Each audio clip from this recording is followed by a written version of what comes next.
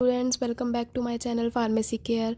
तो आज हम पढ़ेंगे D pharm second year hospital clinical pharmacy का chapter 3 which is supply chain and inventory management. हमने 2 चैप्टर कंप्लीट कर लिए थे, ठीक है। एक तो डिफरेंट कमिटीज़ इन हॉस्पिटल और एक स्टार्टिंग वाला, ठीक है। अब हम पढ़ेंगे 3rd chapter supply chain and inventory management. पहले मैं आपको इसका नाम से ही बता देती हूँ कि इसका क्या मतलब है। सप्लाई चेन का मतलब होता है कि मतलब किसी भी प्रोडक्ट को मार्केट में लॉन्च करने के लिए पूरा एक प्रोसेस होता है, ठीक है। कि मैन्युफैक्चर वो बनेगा कहाँ पे, रॉ मटेरियल्स कहाँ से ख़रीदे जाएंगे, उसका मतलब कच्चा माल कहाँ से ख़रीदा जाएगा, फिर वो मैन्युफैक्चर कहाँ पे होगा, फिर उस होलसेलर किसके पास जाएगा, फिर होलसेलर से कौन ख़रीदेगा, रिटेलर, फिर रिटेलर से फिर आता है वो मार्केट में कस्टमर्स के पास। तो इसे कहते हैं supply chain. Inventory management, inventory management का मतलब होता है स्टॉक का मैनेजमेंट। आप इस स्टॉक को कैसे मैनेज करके रखोगे, ठीक है। तो let's study about this topic. So we will start with introduction of supply chain. A supply chain is a network of all individuals or organization involved in creation and sale of a product. Supply chain जो है एक पूरा network है जिसमें सारे individual या organisation, मतलब कोई पर्सन या कोई कंपनी वगैरह जो होती हैं वो इन्वॉल्व होती हैं किसी भी प्रोडक्ट की। चलो हम मेडिसिन की बात कर लेते हैं। किसी भी मेडिसिन या किसी और प्रोडक्ट की क्रिएशन, मतलब उसके मैन्युफैक्चरर से लेके उसकी सेल तक का जितना भी प्रोसेस होता है, बीच में जितने भी पर्सन इन्वॉल्व होते हैं, जितनी भी ऑर्गेनाइजेशन कंपनीज इन्वॉल्व होती हैं, उस चीज़ को कहते हैं सप्लाई चेन, ठीक है। A supply chain encompasses everything from the delivery of source material. Supply chain में सब कुछ चीज़ें आती हैं। Delivery of source material from the supplier, मतलब हम रॉ मटेरियल कहाँ से खरीदेंगे, क्या सोर्स होगी उसकी, किस सोर्स से खरीदेंगे, मतलब किस जगह से, कौन से सप्लायर से खरीदेंगे, वहाँ से लेकर मैन्युफैक्चर तक, मतलब वो कहाँ पे मैन्युफैक्चर होगी, ठीक है, और एंड में कहाँ पे डिलीवर होगी। ये पूरी जो प्रोसेस होता है इस चीज़ को हम कहते हैं सप्लाई चेन, ठीक है। कौन सा प्रोडक्ट हम कहाँ से खरीद रहे हैं, उसका कच्चा सामान कहाँ से खरीद रहे हैं, वो कहाँ बन रहा है, फिर एंड तक का प्रोसेस की वो कहाँ डिलीवर हो रहा है, उस चीज़ को हम कहते हैं सप्लाई चेन, ठीक है। नेक्स्ट है इसके ऑब्जेक्टिव्स, ठीक है। सबसे पहला है इम्प्रूविंग एफिकेसी एंड क्वालिटी। अब अगर हम सप्लाई चेन को ध्यान में रखेंगे, ठीक है, तो हम ये भी चीज़ देखेंगे कि हम कोई सामान खरीद रहे हैं तो वो अच्छी जगह से खरीदें, ठीक है। उसकी क्वालिटी अच्छी होनी चाहिए, जहाँ पे वो बन रहा है मेडिसिन या ड्रग्स जो बन रही है उसकी क्वालिटी अच्छी होनी चाहिए। हम सब चीज़ अपने माइंड में रखेंगे ना, तो इससे क्या होगा, उस प्रोडक्ट की क्वालिटी और उसकी पावर, उसकी एफिकेसी, मतलब उसके काम करने की पावर जो है वो और अच्छी हो जाएगी, इम्प्रूव हो जाएगी। रिड्यूसिंग कॉस्ट, हम अपने आप को देखते हुए दवाई खरीदेंगे, मतलब कि हमें कम कॉस्ट में अच्छी दवाई कहाँ से मिल सकती है, ठीक है। हमें सामान जो हमारा रॉ मटेरियल है हम उसे रीज़नेबल प्राइस में कहाँ से खरीद सकते हैं, तो उसकी कॉस्ट भी रिड्यूस हो जाएगी।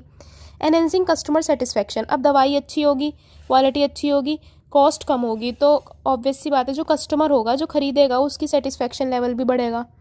इम्प्रूव डिस्ट्रीब्यूशन, अब ऐसी अगर किसी दवाई की कॉस्ट कम होती है और उसकी क्वालिटी भी अच्छी है, उसकी पावर भी अच्छी है, काम करने का तरीका भी अच्छा है, तो ऑब्वियस सी बात है उसे ज़्यादा लोग खरीदेंगे, ठीक है, तो उसका डिस्ट्रीब्यूशन भी बढ़ेगा। मेंटेनिंग बेटर कोऑर्डिनेशन, आप आपस में एक अच्छा कोऑर्डिनेशन बिठा सकते हो। अगर कस्टमर आपके काम करने के तरीके से या आप जो प्रोडक्ट बेच रहे हो उससे खुश है तो आपका कोऑर्डिनेशन भी अच्छा हो जाएगा, ठीक है। और जो हमारे जितने भी इंडिविजुअल्स होते हैं, जितने भी कंपनीज इन्वॉल्व होती हैं, रॉ मटेरियल खरीदने से लेके मैन्युफैक्चर करना, उसे बनाना, क्वालिटी एश्योर करना, क्वालिटी, इन सब लोगों का भी कोऑर्डिनेशन अच्छा बनता है, ठीक है, तभी जाके एक सप्लाई चेन अच्छे से चलती है। तो ये इसके कुछ ऑब्जेक्टिव थे, होपफुली समझ में आए होंगे। Elements of supply chain, elements का मतलब है सप्लाई चेन में क्या क्या चीज़ें आती हैं। पहले मैं आपको बता चुकी हूँ, सबसे पहले होता है परचेजिंग, कि आप कच्चा सामान किसी प्रोडक्ट को बनाने के लिए उसका कच्चा सामान कहाँ से खरीदोगे।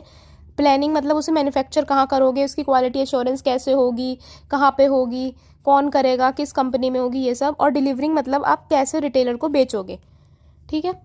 इसके मेनली 7 फंक्शनल एरियाज होते हैं, मतलब ये मेनली 7 जगहों पे काम करती है। सबसे पहले तो परचेजिंग, आप जो रॉ मटेरियल है वो कहाँ से खरीदोगे।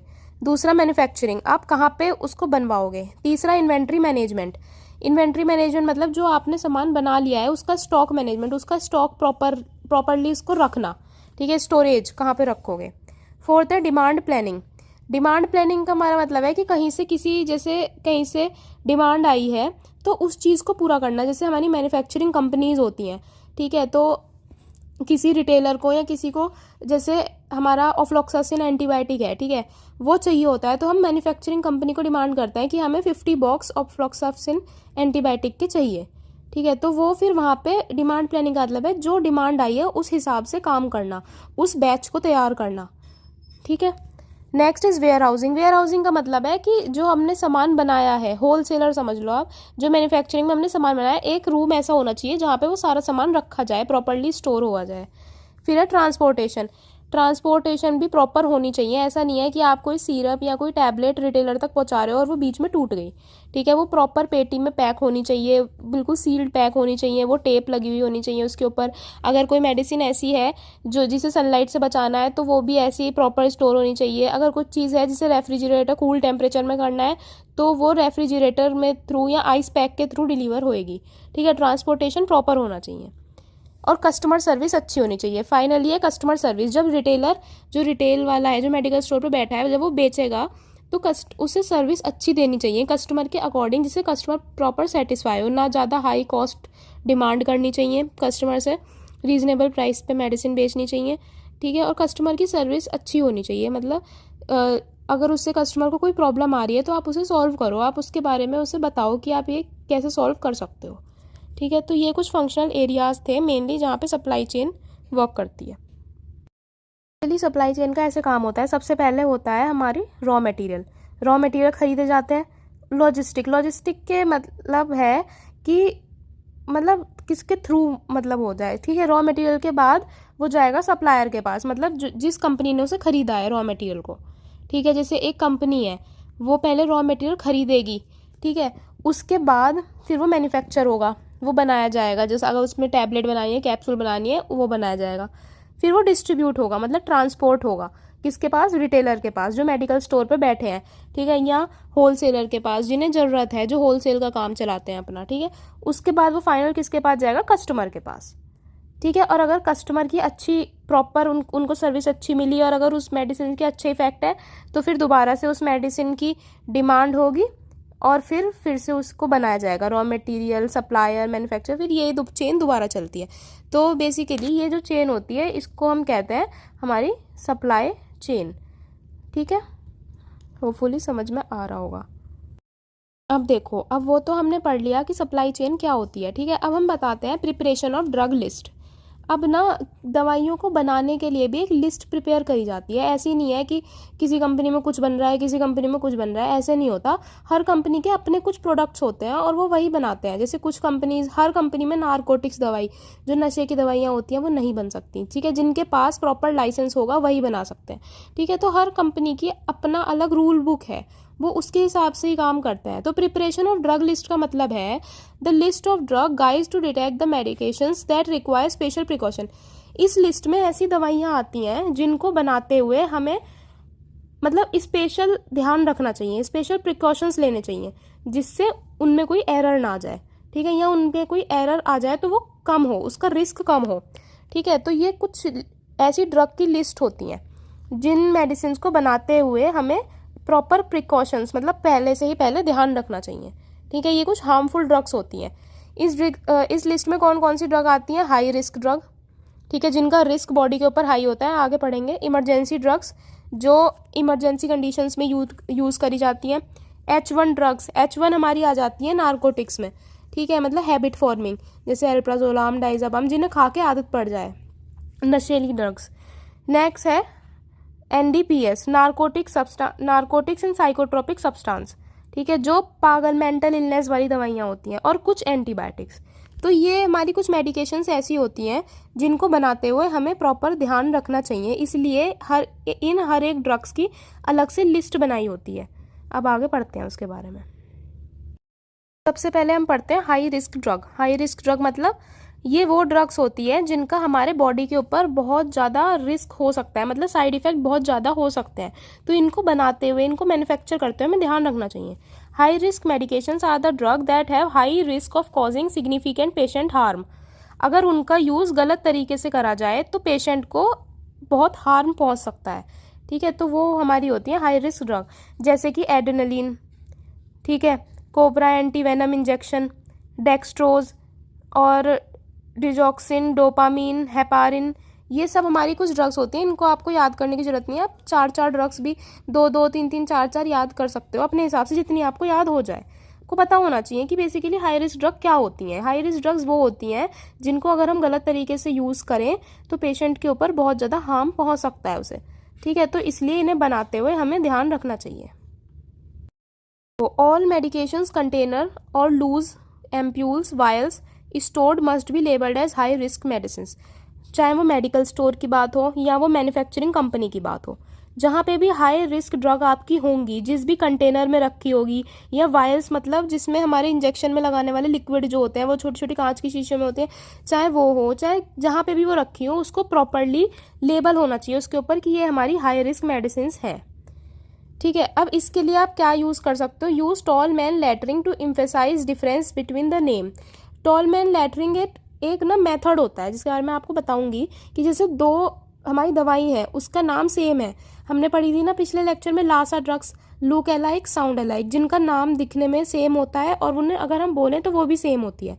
तो हम उसमें क्या करते हैं, उसके स्टार्टिंग के कुछ वर्ड या उसके लास्ट के कुछ वर्ड ना कैपिटल में लिख लेते हैं, ठीक है। जिससे जैसे 2 ड्रग्स हैं हमारी, डोपामीन और डोब्यूटामीन, दोनों का बोलने में भी सेम लग रहा है, अगर कोई जल्दी जल्दी बोले डोपामीन डोब्यूटामीन, ठीक है, दोनों का सेम लग रहा है बोलने में भी।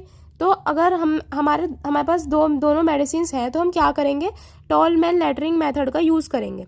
डोपामीन का DOP बड़ा कर देंगे और डोब्यूटामीन का DOB बड़ा कर देंगे, ठीक है, जिससे सामने वाले को पढ़ने में आसानी हो और उसे कोई कन्फ्यूज़न ना हो, कहीं वो पेशेंट को गलत दवाई ना दे दे, या मैन्युफैक्चरर जो है उसके पास हमने डोब्यूटामीन का बैच मंगाया रिटेलर ने और उसने दे दिया डोपामीन का, तो इस वजह से कोई कन्फ्यूज़न ना हो, तो हम इसे इस मेथड के थ्रू कन्फ्यूज़न को कम कर सकते हैं।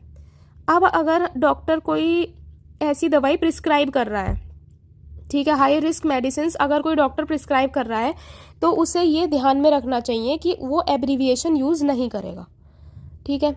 उसे उस दवाई का पूरा नाम लिखना होगा, एब्रीविएशन यूज़ नहीं करेगा, क्योंकि हाई रिस्क ड्रग होती हैं। अगर फार्मासिस्ट ने गलती से एब्रीविएशन का मतलब कुछ और समझ लिया तो वो पेशेंट के लिए हार्मफुल हो सकता है, ठीक है, तो वो शॉर्ट फॉर्म यूज़ नहीं करेगा। Next is do not use trailing 0 when prescribing. अगर जैसे हमारी दवाइयाँ होती हैं 2.50 mg, 5.0 mg, ठीक है, तो अगर आप हाई रिस्क मेडिसिन दे रहे हो किसी को तो आप 5.0 mg नहीं लिखोगे, क्योंकि 0 की तो कोई वैल्यू नहीं है, तो आप डायरेक्ट 5 mg लिख दोगे। क्योंकि अगर गलती से वो 5.0 की जगह फार्मासिस्ट ने 50 पढ़ लिया, डेसिमल नहीं देखा आपका, तो सोचो पेशेंट के लिए इतनी हाई डोज, पेशेंट तो एक बार में ही ख़त्म हो जाएगा, ठीक है। तो ये चीज़ है थोड़ी सी कि आपको ये कुछ चीज़ें हैं जो हाई रिस्क मेडिकेशन यूज़ करते हुए आपको ध्यान में रखनी चाहिए, ठीक है। एक तो उसके नाम में कंफ्यूज नहीं होना, तो आप मेथड को यूज़ कर सकते हो। दूसरा, प्रिस्क्राइब करते हुए शॉर्ट फॉर्म यूज़ नहीं करनी, प्रॉपर नाम लिखना है दवाई का। तीसरा, अगर कोई ऐसी डिजिट है जिसके डेसिमल के बाद सिर्फ 0 है, ठीक है, तो आप वो 0 नहीं लगाओगे, आप सिर्फ वो डिजिट लिख के छोड़ दो, क्योंकि कभी कभी हम डेसिमल जल्दबाजी में, इतनी पेशेंट होते हैं, इतनी भीड़ होती है फार्मेसी में, OPD डिपार्टमेंट में, तो कभी कभी डेसिमल दिखना भूल जाता है, तो हम उसको हाई डोज दे सकते हैं गलती से, ठीक है। तो ये चीज़ भी आपको ध्यान रखनी है हाई रिस्क मेडिसिन में। मैंने ना आपको एक बार समझाने के लिए ये अलग से भी लिख दिया, tall man latrine method. Tall man latrine method is a differentiating look alike sound alike drugs. ये एक ऐसा मेथड है जो लासा ड्रग्स को डिफ्रेंशिएट मतलब अलग अलग करने में हेल्प करता है, ठीक है, जो ड्रग्स दिखती भी एक जैसी है, साउंड भी एक जैसी करती है। तो इसमें हम क्या करते हैं, by capitalising the dissimilar part of the drug name, ठीक है, हम उस ड्रग के कुछ पार्ट को कैपिटल कर देते हैं दोनों के। जैसे कि प्रेडनिसोन है और प्रेडनिसोलोन है, तो प्रेडनी तो सेम हो गया, इसको कैपिटल करके हमें क्या ही फ़र्क पड़ेगा, ठीक है। तो हम जो अलग वर्ड है, जो थोड़ा सा अलग दिख रहा है, उसको हम हाई कैपिटल कर देते हैं। जैसे प्रेडनिसोन का सोन कर दिया और प्रेडनिसोलोन का सोलोन कर दिया, ठीक है, टू प्रिवेंट द कन्फ्यूजन, जिससे हमें कोई कन्फ्यूजन ना हो। FDA या और भी जो हेल्थ केयर ऑर्गेनाइजेशन है, उन्होंने इस मेथड को प्रमोट किया था जिससे पेशेंट की सेफ्टी बढ़ सके। अब तो आपको समझ में आ गया होगा टॉलमैन लैट्रिन मेथड बेसिकली होता क्या है, लासा ड्रग्स को डिफ्रेंशिएट करना। को हाई रिस्क ड्रग समझा दी। नेक्स्ट क्या आती है हमारी ड्रग लिस्ट में, emergency drugs. Emergency medicine are use in the patient during life danger condition, ठीक है। इमरजेंसी मेडिसिन वो मेडिसिन होती हैं जो हम उस कंडीशन में यूज़ करते हैं जब पेशेंट की लाइफ बिल्कुल खतरे में होती है, ठीक है, जब हमें बिल्कुल इमरजेंसी में वो देनी पड़ जाए, जिससे जो सिम्टम आ रहे हैं पेशेंट को, कोई पेन उठ रहा है या कुछ भी अटैक वगैरह आ रहा है, तो उससे थोड़ा वो कंट्रोल हो सके, पेशेंट की लाइफ सेव हो सके। ठीक है, पर्पस क्या होता है इमरजेंसी ड्रग्स का? टू कंट्रोल द सिम्टम्स को कंट्रोल करना, टू सेव द लाइफ को बचाना। एकदम से साइट ऑफ एक्शन पे पहुंचती हैं ये ड्रग्स। ऐसी होती हैं जैसे हमें बहुत ज़्यादा किसी पेशेंट को अनबियरेबल पेन हो रहा है, तो आप उसे टैबलेट की जगह डाइक्लोफिनेक का अगर इंजेक्शन दे दोगे तो आपको 5 मिनट के अंदर अंदर आराम आ जाएगा। ठीक है, क्योंकि वो एकदम से साइट ऑफ एक्शन पे पहुंचता है। ठीक है, आपकी बॉडी को थोड़ा नॉर्मलाइज करना, ये हमारे इमरजेंसी ड्रग्स की मेन पर्पस होता है। कौन सी हमारी वो आती है इमरजेंसी ड्रग्स में? एट्रोपिन हमारी ड्रग होती है, कब दी जाती है? कार्डिक अरेस्ट पे, जब एक तरफ से किसी को हार्ट अटैक की प्रॉब्लम हुई हो। ठीक है, एमिड्रोन एंटी एरिथमिक होती है, जब किसी की हार्ट की पाल्पेशंस बहुत ज़्यादा ऊपर नीचे हो रही होती है ना, पल्स रेट बहुत ज़्यादा हाई हो रहा होता है, हार्ट पाल्पेट कर रहा होता है गलत, तो हम ये मेडिसिन दे सकते हैं। एमिनोफाइलिन अस्थमा में दे सकते हैं। हाइड्रोकॉर्टिकोसोन, ठीक है, डाइजापाम एंटी एपिलेप्टिक है, किसी को दौरे पड़ रहे हो तो हम डाइजापाम दे सकते हैं। हाइड्रोलेजिन एंटी हाइपरटेंसिव, हाइड्रोलेजिन हमारा बेसिकली वैसोडाइलेटर होता है, ये आप सेकेंड ईयर में पढ़ोगे, मतलब पढ़ रहे होगे अब भी होपफुली। ये एक वैसोडाइलेटर होता है जो आपकी मतलब ब्लड प्रेशर को कम करता है। वैसोडाइलेटर मतलब जब आपकी ब्लड वेसल्स चौड़ी हो जाएंगी, ठीक है, तो उसमें से ब्लड आराम से पास होगा तो बीपी भी कम हो जाएगा। ठीक है, तो जब दिया जाता है, तो ये कुछ हमारी इमरजेंसी ड्रग्स होती हैं जिन्हें हम यूज़ कर सकते हैं एकदम इमरजेंसी कंडीशंस पे। आपको जो याद हो रही हो आप वो याद कर सकते हो। कौन सी ड्रग्स कवर कर ली? High risk drug, emergency drug. अब थर्ड क्या आती है? H1 drugs. Schedule H1 drugs जो होती हैं वो हम तभी डिस्पेंस कर सकते हैं, सिर्फ तभी बेच सकते हैं जब हमारे पास उस ड्रग का प्रिस्क्रिप्शन हो। ठीक है, मतलब किसी रजिस्टर्ड मेडिकल प्रैक्टिशनर, मतलब किसी डॉक्टर ने अगर उसे प्रिस्क्राइब करा है, आप तभी वो ड्रग दे सकते हो, वरना नहीं दे सकते। क्योंकि ये वाली जो ड्रग्स होती है ना, ये आती हैं हमारी नारकोटिक्स में। ठीक है, दूसरी बात ये होती है हमारी हैबिट फॉर्मिंग ड्रग्स, मतलब अगर आप इन्हें लगातार खाओगे तो इनकी आदत पड़ सकती है। ठीक है, इसमें हमारी सारी हायर एंटीबायोटिक्स आते हैं जो बहुत हाई रेंज के होते हैं। सारी ड्रग्स आती हैं CNS से रिलेटेड, मतलब जो ब्रेन पे असर करती हैं, दिमाग पे, जैसे एल्प्राजोलाम, डाइजापाम, जोल्पिडेम, ठीक है, नाइट्राजिपाम, लोराजिपाम, ऑक्साजिपाम, ये वाली जो बेसिकली हमारी ड्रग्स होती हैं ये आती हैं H1 में। ठीक है, जितनी भी नारकोटिक्स होती हैं वो सब H1 में आती हैं, तो ये आपको ध्यान रखने वाली चीज़ है। हमारा next drug reserved antibiotics. Reserved antibiotics का मतलब ये होता है this group of antibiotics include the class of antibiotics that should be reserve for treatment of confirmed और super infection due to multi drug resistance organism. इसका मतलब ये है कि ये कुछ ऐसे एंटीबायोटिक्स होते हैं जो रिजर्व्ड हैं। ठीक है, मतलब अगर किसी को ये बीमारी हुई है तो आप इसमें सिर्फ यही एंटीबायोटिक दोगे और कोई सा नहीं दोगे। अगर आप और कोई सा दोगे तो उसके अंदर मतलब drug resistance, anti microbial resistance की कंडीशन हो सकती है, मल्टी ड्रग रेजिस्टेंस की कंडीशन हो सकती है। तो रिजर्व्ड मतलब किसी एक चीज़ के लिए रिजर्व कर दिया गया है कि आप इस एंटीबायोटिक को इसी कंडीशन में दोगे। ठीक है, ये एक लास्ट ऑप्शन की तरह ट्रीट करा जाता है। Antibiotics in reserve group should be treated as last resort option which could be accessible but their use should be tailor to highly specific patient. मतलब ये हम तब यूज़ करते हैं जब हमारे पास सारे ऑप्शंस और ख़त्म हो जाते हैं। ठीक है, व्हेन ऑल द अल्टरनेटिव है फेल्ड, जब हमारे पास उस बीमारी को ठीक करने के सारे अल्टरनेटिव ख़त्म हो जाते हैं तब हम ये वाला रिजर्व एंटीबायोटिक लेते हैं, क्योंकि ये भी हमारे बेसिकली जो है वो वैसी ड्रग्स है जो पेशेंट को हार्म कर सकती है। ठीक है, तो ये हम तभी यूज़ करते हैं जब सारे अदर अल्टरनेटिव्स फेल हो जाते हैं। तो आप इसे अपनी लैंग्वेज में बना के भी लिख सकते हो, ऊपर वाली लाइन अगर आपको ना आए तो यहाँ से लिख सकते हो। Antibiotics in reserve group should be treated as last option and these are the group of antibiotics that should be reserve for treatment of any disease. ठीक है, इतना लिख सकते हो। Last we have NDPS drugs which means narcotics drugs and psychotropic substances. Narcotics नशीली drugs जिसमें हमारी आती हैं H1 वाली, X वाली, ठीक है, जैसे कि एल्प्राजोलाम, डाइजापाम, लोराजिपाम, ऑक्साजिपाम, फिनोबार्बिटोन, ठीक है, मेथोबार्बिटोन, बार्बिटल, ये वाली। और साइकोट्रोपिक सब्सटेंस भी हमारी ये होती है, मतलब जो दिमागी बीमारी में दी जाती हैं, इसमें भी बेसिकली यही दी जाती है, जैसे कि हमारी एंटी डिप्रेसेंट, एंटी एंजाइटी वाली जितनी ड्रग्स होती हैं। ठीक है, ये सब बेंजोडाइजापीन, बार्बिचुरेट्स, ये वाली। Narcotic drugs are made from derive opium वगैरह से ही मिलके बनती है ये, जो नशीली चीज़ें हैं जैसे कि मॉर्फिन, ओपियम, हीरोइन, गांजा, कोडीन, इन सब से मिलके बनती है हमारी नारकोटिक्स ड्रग्स। ठीक है, और साइकोट्रोपिक ड्रग्स हमारी नॉन नारकोटिक होती हैं, मतलब वो नशीली तो नहीं होती, वो नशीली नहीं होती लेकिन वो हमारे दिमाग पे काम करती हैं। ठीक है, हमारे ब्रेन को डिप्रेस करने का काम करती हैं, या तो वो ब्रेन को डिप्रेस करती हैं या ब्रेन को एकदम से स्टिमुलेट करती हैं। ठीक है, वो नशीली नहीं होती, जैसे नारकोटिक्स नशीली होती हैं, वो वाली ड्रग्स नशीली नहीं होती, जैसे कि बारबिचुरेट्स, ट्रांसक्यूलाइजर्स, एम्फेटामीन, कोकेन, ये सब थोड़ा बहुत तो नशीला असर होगा ही, लेकिन हाँ नारकोटिक्स प्रॉपर हमारी हैबिचुअल फॉर्मिंग है, जिनको खाते हैं हमें। भाई अगर कोई गांजा लेता है, ठीक है, आप खुद सोचो कि उसको आदत पड़ जाती है। ठीक है, तो ये वाली चीज़ है। ठीक है, एनडीपीएस ये होता है। सो होपफुली मैं देखती हूँ कि आपको लेक्चर पसंद आया होगा। ठीक है, अगर और समझ में भी आया होगा, मेनली है समझ आना। ठीक है, इसमें हमने सप्लाई चेन के बारे में पढ़ा कि क्या चीज़ होती है, रॉ मटेरियल से लेके सामान को बेचने तक का जो प्रोसेस होता है पूरा, उसे सप्लाई चेन कहते हैं। फिर पढ़ी हमने प्रिपेयर ऑफ ड्रग लिस्ट। हम जब कोई दवाई बेचते हैं या बनाते हैं तो एक ड्रग लिस्ट प्रिपेयर करी जाती है, जिसमें वो दवाइयाँ होती हैं जिनको बेचते हुए या बनाते हुए आपको कुछ सावधानी रखनी चाहिए। ठीक है, जैसे कि हमने पढ़ी हाई रिस्क ड्रग, जिनका पेशेंट के ऊपर बहुत ज़्यादा साइड इफेक्ट हो सकता है अगर गलत तरीके से यूज़ करी जाए, जिसमें हम टॉलमैन लैट्रिन मेथड यूज़ करते हैं। नेक्स्ट हमने पढ़ी इमरजेंसी ड्रग, जो इमरजेंसी कंडीशंस में दी जाती है पेशेंट की लाइफ बचाने के लिए।